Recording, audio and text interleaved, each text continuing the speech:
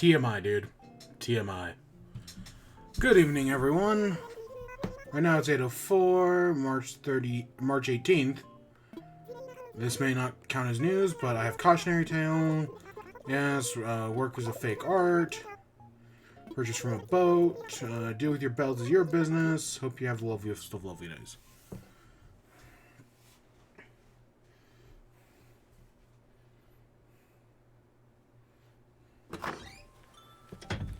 Alright, so we've got several things to talk about today. But the first one... So the first one is... If you don't know, I collect weird soda stuff. Like, I don't like, it's not like, it's like collecting Japanese candy. Not really, it's just like, I like weird soda stuff. So I get it, and I usually add one to my collection, and I drink the others. So I've got a bunch of weird stuff. It's almost all Mountain Dew. Like, seriously, Mountain Dew releases so many limited time flavors. But there's a few Pepsis in there. Pepsi Blue, Crystal Pepsi. I'm sure there's other stuff as well. Fire Pepsi, which was like hot tamale flavored. And the most recent one is called Pepsi Nitro, which is a draft cola. Nitrogen infused cola, smaller bubbles, smoother taste. So there's two types of Pepsi Nitro. There's the normal like draft cola, and then there's a vanilla draft cola. I've had the normal one. I had it yesterday, and now I have the vanilla one. So it has 3 steps. I wish you could see, like, normally I'd show the can. Yeah, tamales. Hot tamales, you know, they're a candy. A little red candy. Yeah, so it's, yes, smooth, creamy, and easy to drink. And it has 3 steps. Chill, step 1, chill can. Step 2, pour hard. Step 3, admire and enjoy. So yeah, it's Pepsi Nitro, or Nitro Pepsi. Tamale, yeah. And,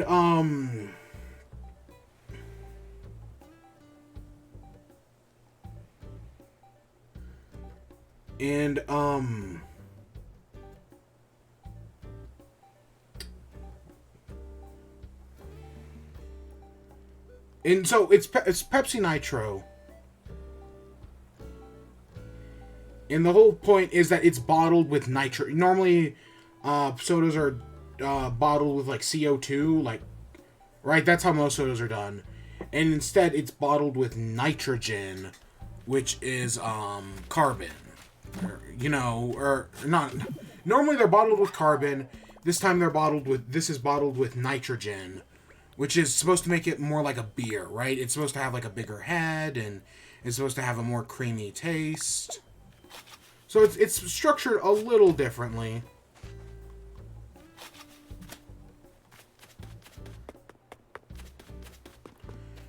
And so yeah, I've tried the other one. This is me trying the vanilla one. Again, normally I'd show it, but the webcam broke, as we found out a while ago. I don't remember when I found out it was broken. It's just, I think it was during a Nintendo Direct. But yeah, so the one I opened so far, it made the weirdest sound when I opened it, so...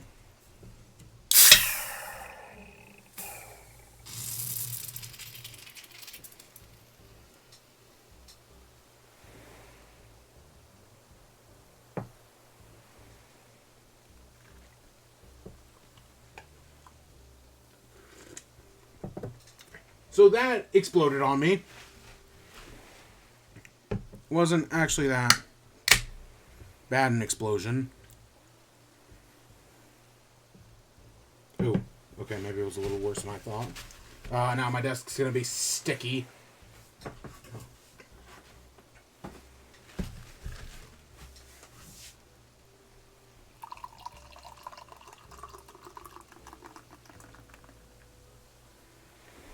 I mean, it's got a head, like a beer. It's kind of got a head, but admittedly, it's not a very good one. The first one I had, the one I had yesterday, actually had a much better head than this.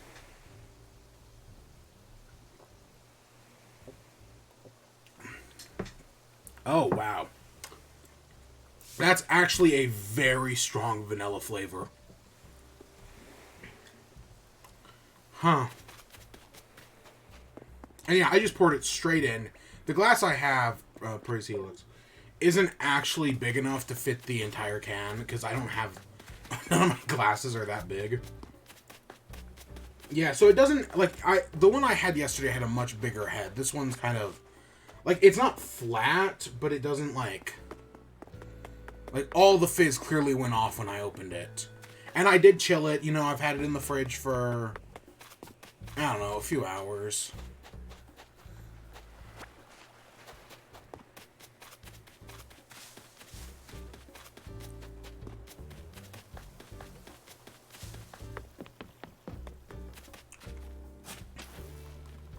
Yeah, it's got a strong vanilla taste.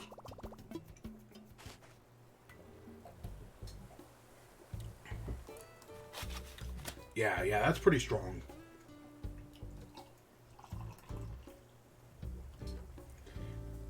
Like the can, it's a like a white can, and it looks bigger than a normal Pepsi can.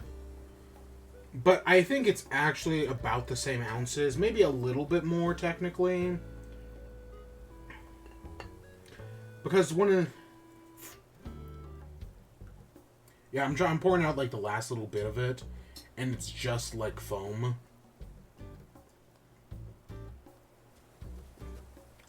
But like it still feels like so it's empty now, but it feels like it's still like got stuff in it, because there's like a bit of like metal that protrudes at the bottom that presumably has something to do with the nitrogen. And yeah, so it feels like there's still something in there, even though the can's like more or less empty. Like it's spitting out a little foam every time I turn it over, but yeah.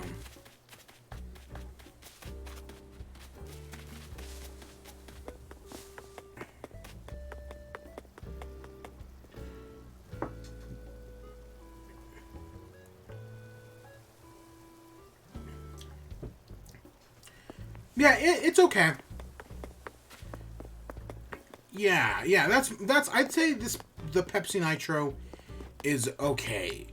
Like if you don't like Pepsi, you're probably not gonna like this. Honestly, like it's not like I don't say it's that different. Like they say it's creamier than normal Pepsi, and I see that. Yeah, it's got a little cream. Again, the bubbles change the taste slightly. The vanilla definitely changes the taste. Because yeah, I'm not really a fan of Pepsi. I'm not a fan of Coke either. No, I'm a Dr. Pepper guy. Even though I don't really drink Dr. Pepper that much anymore. Honestly, the only soda I really have anymore is like weird stuff. So, you know, like the weird Mountain Dews and High C Orange from McDonald's. Because that's the best flavor. Like, no questions.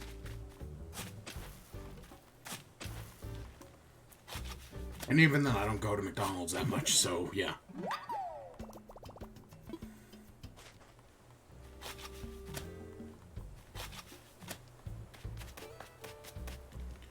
But yeah, I think this is okay, right? If you're a fan of Pepsi, maybe I'd consider checking this out. I will say it is more expensive. Normally, you can get a full 12-pack of soda for, like, I think it's like $5 or $6. It's something like that. A 4-pack of this stuff costs, like, $5. So, this is definitely more expensive. And I bought 2 of these. Right, I bought a 4-pack of, the normal and a 4-pack of the vanilla.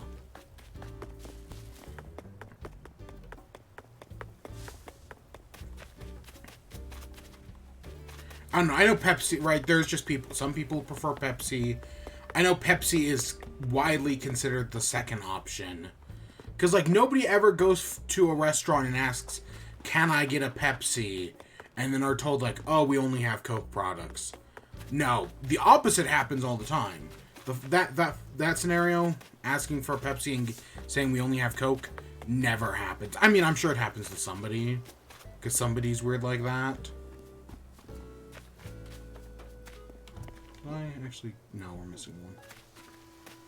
But yeah, I don't know if I'd go out of my way to drink this on, like, normal occasions, but, like, as something to try, I think it's interesting. I'd actually heard really good things about this, and I would say probably compared to a normal Pepsi, I do like it more.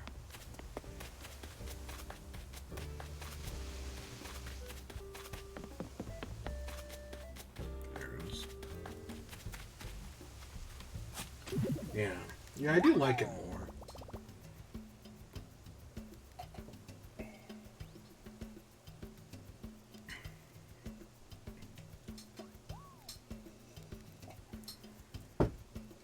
But yeah, I don't know, the can feels bigger. Like, the can definitely looks bigger. Like, it's like one of those tall cans. Like, there was a Mountain Dew that had a really tall can. I think that was Maui Burst, if I remember correctly.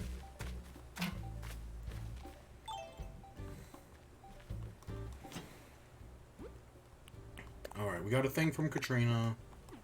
And we got a thing from Jolly Red, which we're going to have to go check now. Because it might be that one of the paintings we're missing.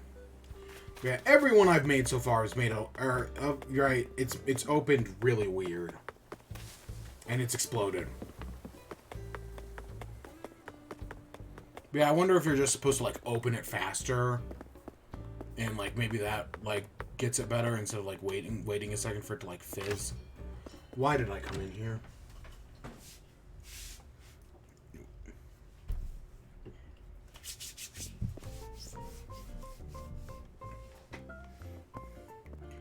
Hey, computer, I've checked in for the day.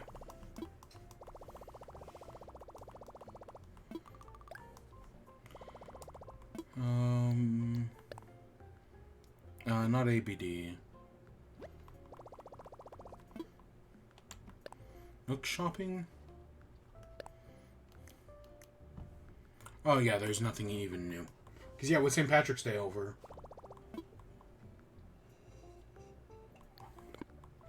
Would I say the vanilla bean's better than the normal one? Probably, but only because I think vanilla adds itself to a creamier flavor.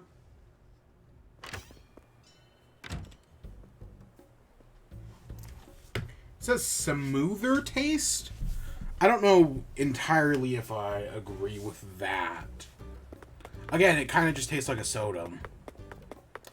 I don't know, this is one of those gimmick things, and I'm always down for a gimmick thing, at least to try it. Yeah, sure, Zuck. Come over to only because I love you.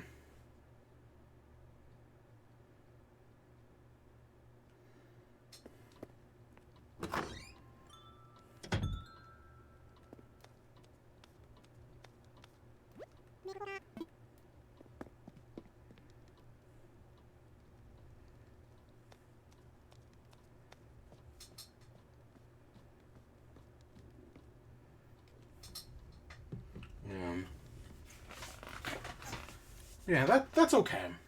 The other thing I did try... So I joked earlier that, like, the company that always puts out the weird flavor stuff is Mountain Dew. Which, to be fair, they do. But the other thing I tried was a Java Chip Oreo. Because that's the new Oreo flavor this month. Is, like, Java chips. Give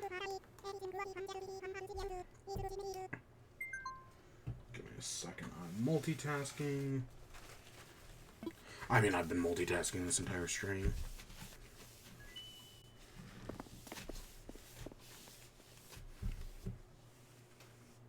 Let me get one more.